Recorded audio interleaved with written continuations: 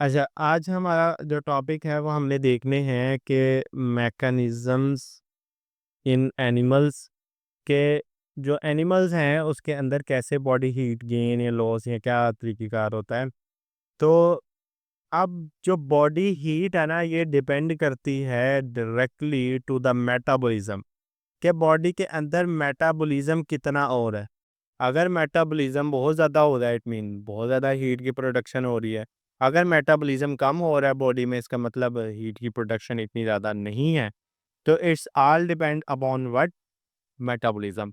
तो उसके according heat gain या हीट लॉस होगी। हीट प्रोड्यूस हो रही है, फिर उसके अकॉर्डिंग वो क्या करेगा जितनी हीट प्रोड्यूस होगी उसको ट्रांसफ़र करेगा विद द एनवायरनमेंट। उसको एनवायरनमेंट एक्स्ट्रा जो होगी एनवायरनमेंट में निकाल देगा, अगर कम होगी तो एनवायरनमेंट से गेन कर लेगा।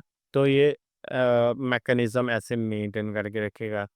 अब टेम्परेचर के अकॉर्डिंग इसके कुछ डिवीज़न की गई, क्लासिफ़िकेशन की गई एनिमल्स की कि कौन-कौन से एनिमल्स हैं, किस तरह के होते हैं। तो सबसे पहली टर्म है पोकिलियोथर्म्स। पोकिलियोथर्म्स उन एनिमल्स को कहते हैं या उस तरह के एनिमल्स जो कि जिसकी बॉडी टेम्परेचर बहुत ज़्यादा फ्लक्चुएट करता है। एक जगह पर मेंटेन कर नहीं पाता वो, जैसे एनवायरनमेंट के अंदर टेम्परेचर चेंज होता है एयर वाटर के अंदर, वैसे वो क्या करता है अपने भी टेम्परेचर को चेंज कर लेता है विद एनवायरनमेंट।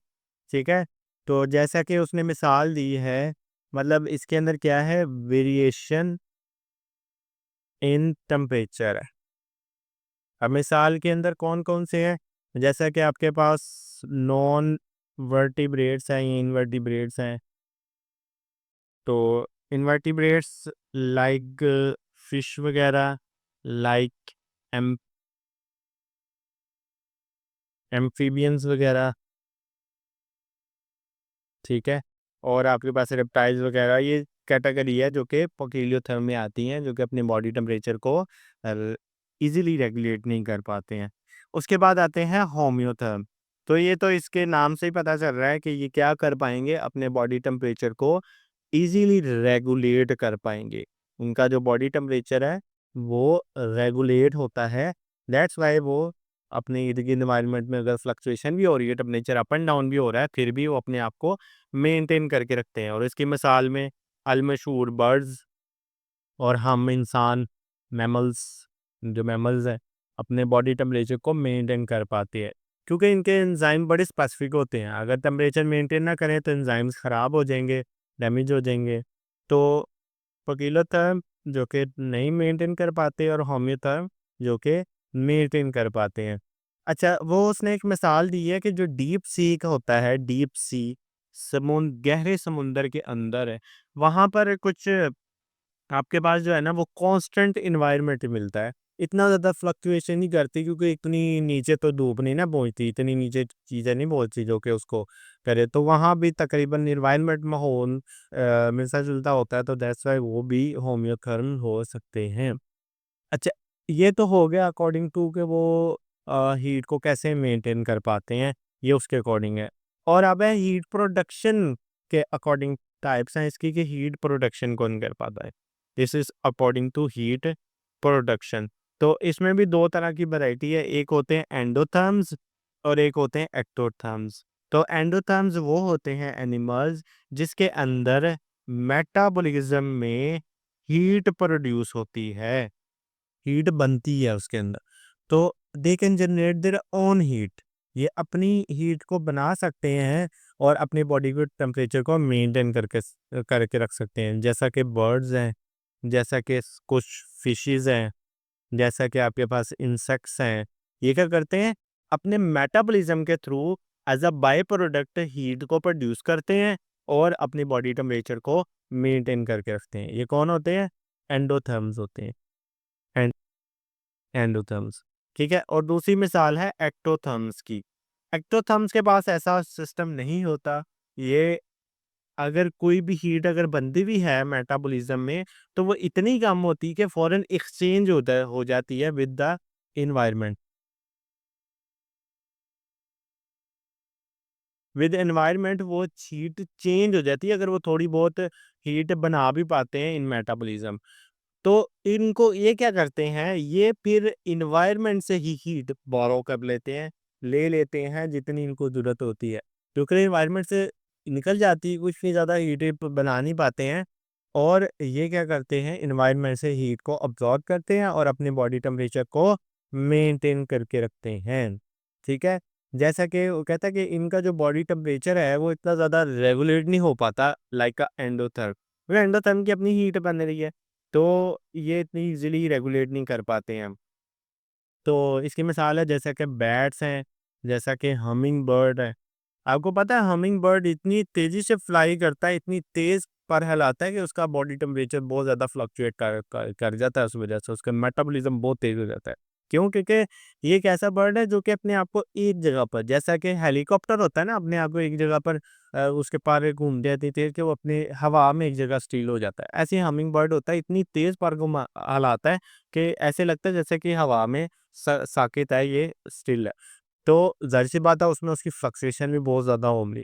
तो बैट्स जो हैं इनमें भी बहुत ज़्यादा फ्लक्चुएशन होती है। अच्छा, ये तो हमने देख लिया कौन कितनी हीट प्रोड्यूस कर पाता है, कौन कितनी की हीट को अब्ज़ॉर्ब करता है, क्या तरीक़ेकार है। ये कुछ इस तरह की डिवीज़न थी। अब है रेगुलेशन। हीट की जो रेगुलेशन है उसके अकॉर्डिंग क्या सिलसिलाकार होता है? रेगुलेशन ऑफ टेम्परेचर वगैरह। तो 3 तरह की उसके अंदर चीज़ें हैं, रेगुलेशन होती है। एक स्ट्रक्चरल अडॉप्टेशन है, कि स्ट्रक्चर ही ऐसा है जैसा कि इंसुलेशन के लिए फैटी लेयर होती है, जो शार्क होती है ना, नीचे टेम्परेचर माइनस में भी हो सकता है। शार्क की बॉडी में इतना ज़्यादा फैट होता है। हाँ, इंसानों में भी ऐसे होता है, हमारी स्किन के नीचे एक फैट की लेयर है, जो कि क्या करती है, बॉडी को मेंटेन करके रखती है। खैर, अगर फैटी जो फैट लेयर है बहुत ज़्यादा ज़्यादा होगी तो वो क्या कर पाएगा, एज़ अ इंसुलेटर काम करेगा हीट बाहर टेम्परेचर के अगेंस्ट। ठीक है? तो प्लेस इसको कहा जाता है। और उसके बाद आपके पास स्वेट ग्लैंड्स होते हैं। स्वेट ग्लैंड्स क्या करते हैं, हमारी बॉडी के अंदर पानी को निकालते हैं। तो ये पानी क्या करेगा, वेपोरेशन करेगा, that maintain the body temperature. और डॉग्स स्पेसिफिकली इनमें होता है पैंटिंग। पैंटिंग क्या होता है, जुबान निकाल के हाँफना। क्या होता है? पैंटिंग क्या होता है? हाँ, हाँ, पता है ना, जो ऐसे ऐसे ऐसे करते हैं। तो वो क्या करते हैं, बाहर से हवा के ज़रिए ना अपने बॉडी को टेम्परेचर को मेंटेन करने की कोशिश कर रहे होते हैं। एक तो फैटी लेयर हो जाए, एक स्वेट ग्लैंड, और एक पैंटिंग जो डॉग में होता है स्पेसिफिकली। उसके बाद है फिजियोलॉजिकल फिजियोलॉजिकल एडेप्टेशन। इसके अंदर क्या होता है आपके पास, कि बॉडी बनी ही ऐसे होती है, सॉरी, बॉडी के अंदर जो ब्लड होता है उसका फ्लो ऐसे होता है कि वो उसको मेंटेन करके रखे। अगर आपको पता है सर्दियों के अंदर हमारे हाथ और हमारे पाँव ठंडे होते हैं और बाकी जिस्म गर्म होता है, ऐसे होता है ना? ये तो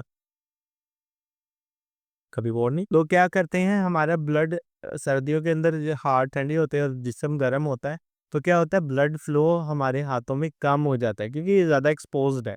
हाथ और मुंह और हमारी जो पाँव वगैरह है ज़्यादा एक्सपोज्ड है एनवायरनमेंट के। तो क्या होता है कि ये यहाँ पर जो ब्लड है उसका फ्लो कम हो जाता है, दैट्स व्हाई एंड टेम्परेचर भी इतना ज़्यादा। तो जो गर्मियाँ होती हैं वहाँ हाथ गर्म हो जाते हैं। वो क्यों होता है? क्योंकि ब्लड फ्लो बढ़ जाता है। तो ये फ़ौरन-फ़ौरन हीट को एक्सचेंज करेगा विद द एनवायरनमेंट, ताकि बॉडी टेम्परेचर हो।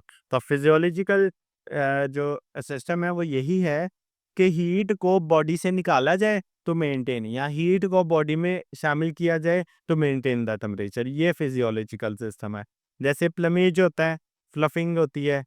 प्लमिश फ्लफिंग जानवरों में वो देखें बाल होते हैं, तो वो बाल को फुला लेते हैं सर्दियों के अंदर। वो फुला इसलिए लेते हैं, वो उनका फिजियोलॉजिकल सिस्टम है, जिसके अंदर वो एयर को ट्रैप कर लेते हैं उस फ्लफिंग के अंदर। और फिर एक्सटर्नल अगर टेम्परेचर कम भी होता है, हवा ठंडी भी होती है, तो फिर भी वो अपने आप को मेंटेन कर पाते हैं। तो ये उनमें एक तरीक़ेकार है।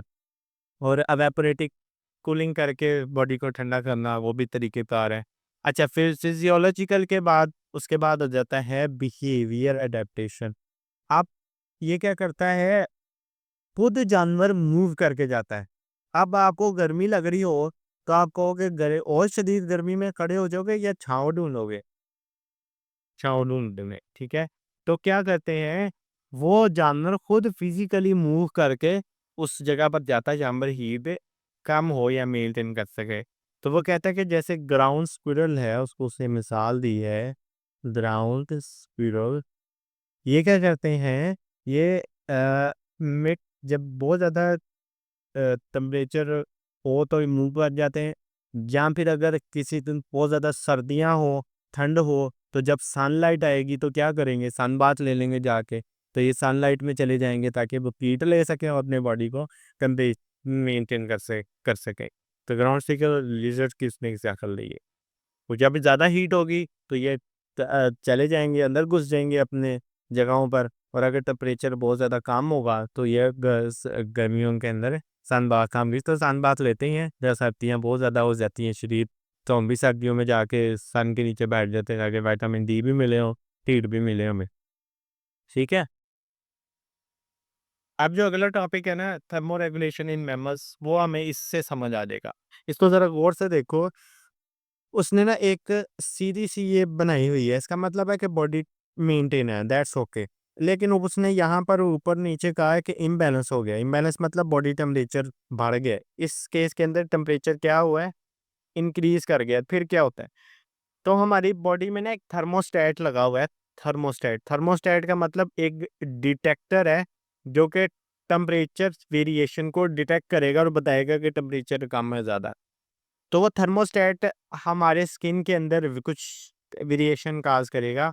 वो क्या करेगा, ब्लड को ज़्यादा हमारे जो हाथ है, पाँव है, वहाँ स्पीड बढ़ा देगा, ताकि क्या हो, जो हीट है वो रेडिएट हो, हमारे स्किन से निकल जाए, रिमूव हो जाए। और क्या करेगा, स्वेट ग्लैंड को एक्टिवेट कर देगा ताकि पसीना आए, पानी निकले। पानी क्या करेंगे, इवेपोरेशन काज़ करेंगे और देन वो कूलिंग करेंगे, ठीक है? और जब बॉडी टेम्परेचर नॉर्मल हो जाएगा, तो ये थर्मोस्टेट उस शट डाउन कर देंगे उस कूलिंग मैकेनिज़्म को। जब टेम्परेचर ज़्यादा था, थर्मोस्टेट ने डिटेक्शन की, उसने क्या किया, कूलिंग मैकेनिज़्म ऑन कर दिया। जब कूलिंग मैकेनिज़्म ऑन करने से बॉडी टेम्परेचर नॉर्मल हो गया, तो उसने क्या किया, वापस से उसको शट डाउन कर दिया ताकि वो क्या करे, मेंटेन हो गया, दैट्स ओके। ज़्यादा भी तो ठंडी नहीं ना करनी बॉडी, जितनी ज़रूरत है उतनी करनी है। अच्छा, जब टेम्परेचर बहुत ज़्यादा कम हो जाएगा, टेम्परेचर क्या हो जाएगा, कम हो जाएगा, थर्मोस्टेट सेम डिटेक्ट करेगा उसको, बताएगा कि हाँ भाई ये मसला है। अब यहाँ 2 तरह के मैकेनिज़्म होंगे, एक होंगे नॉन शिवरिंग और एक होंगे शिवरिंग मैकेनिज़्म। अब नॉन शिवरिंग के अंदर क्या होते हैं, हार्मोन्स बनते हैं, मेटाबॉलिज्म जो है ना हमारी बॉडी का, वो इंक्रीज कर जाता है, ठीक है? अब मेटाबॉलिज्म के अंदर heat as a by product बनती है, heat as a by product बनती है हमारे इसके अंदर, मेटाबॉलिज्म के अंदर। तो ये हार्मोन्स क्या करेंगे कि इसकी तादाद बढ़ा देंगे। जैसे थायरॉइड ग्लैंड जो है ना मेटाबॉलिज्म को करवा रहा होता है, तो थायरॉइड ग्लैंड थायरोक्सिन हार्मोन्स बहुत ज़्यादा रिलीज करवाएगा, जिससे मेटाबॉलिज्म जो है वो बढ़ जाएगा। मेटाबॉलिज्म बढ़ेगा तो हीट बढ़ेगी, तो टेम्परेचर ऑटोमेटिकली नॉर्मलाइज होने की कोशिश करेगा। या फिर वो क्या करेगा कि ब्लड का जो फ्लो है हाथों और पाँव में, वो उसको कम कर देगा, मिनिमाइज कर देगा, जिससे क्या हो, कि हीट बॉडी की रिमूव ना हो, निकले ना बाहर, बल्कि बॉडी में ही मेंटेन रहे। एक ये मैकेनिज़्म है, एक मैकेनिज़्म है शिवरिंग का। ये क्या करेगा, फिज़िकली आपके जो, अब वो बहुत ठंड लग रही होता है, हाथ-पाँव काँपने लग जाते हैं आपके, वैसे कर रहे होते हो कि ज़ुबान भी ऐसे थरथराने लग जाती है आपकी। तो ये क्या शिवरिंग मैकेनिज़्म कि फिज़िकली स्केलेटल मसल्स को मूव करवाए, जिसकी मूवमेंट से हीट प्रोड्यूस हो और देन बॉडी टेम्परेचर रेगुलेट हो। जब बॉडी टेम्परेचर रेगुलेट हो जाएगा, देन वो क्या करेगा, फिर उस थर्मोस्टेट उसको शट डाउन कर देगा, हीटिंग मैकेनिज़्म को, and down then the temperature is maintain. But pyrexia, pyrexia क्या होता है? फीवर, बुखार। आपकी बॉडी में बुखार होता है और आप ये सोचते हो कि मुझे कोई जो है ना, ये बुखार एक बीमारी है, तो बुखार कभी बीमारी नहीं होते। असल में ना आपके बॉडी में पायरोजन्स होते हैं, बाहर से आते हैं, जो कि आप कह सकते हो इज़ लाइक अ डिज़ीज़ और पैथोजन, ठीक है? ये आपके पैथोजन हैं, जो क्या करते हैं, आपके हाइपोथैलेमस पे जाके हमला करते हैं, और हाइपोथैलेमस की जो है ना रेगुलेशन 37, जो टेम्परेचर रेगुलेट करने की एक सेट हुआ हुआ है फिगर, उसको छेड़खानी कर देते हैं उसके साथ। जब बॉडी की ये फिगर मूव हो जाएगी कि 37 मेंटेन नहीं कर रहा, तो ऑटोमेटिकली वो खराब कर देगा और बॉडी टेम्परेचर बढ़ जाएगा, इंक्रीज कर देगा। क्यों? क्योंकि अब 37 पर मेंटेन होने वाली फिगर खराब हो गई है। जो किसने की? आपके पैथोजेंस ने की। तो इन पैथोजेंस की वजह से नॉर्मल 37 टेम्परेचर से बढ़ जाता है और आपका वो मैकेनिज्म जो है ना वो प्रोड्यूस होता है। तो फीवर जो हाई टेम्परेचर है ये एक प्रोटेक्टिव मैकेनिज्म है। प्रोटेक्टिव मैकेनिज्म है। इसका काम है बॉडी को प्रोटेक्ट करना। जैसे ही बुखार चढ़ेगा आपकी बॉडी जो है वो इस चीज़ पे आ जाएगी कि हाँ भाई आप बीमार हो। बॉडी उसके खिलाफ लड़ेगा उस पैथोजेंस के जिसने ये खराब किया है सेट सिस्टम। तो आप क्या करते हो? बुखार होता है, दवाई लेते हो कि नहीं लेते हो? लेते हो क्यों? क्योंकि आपको पता चल जाता है कि मेरी बॉडी में कोई इश्यू चल रहा है, मैं कोई बीमार हूँ किसी वजह से, आप चेक करवाते हो डॉक्टर को, तो आप उससे ठीक हो जाते हो। तो fever is not a disease, fever is a protective measure of your body, जो कि आपके बॉडी को बता रहा होता है कि पैथोजन कोई आ गया, कोई बीमारी आ गई है जिसने ये गड़बड़ की है। ठीक है?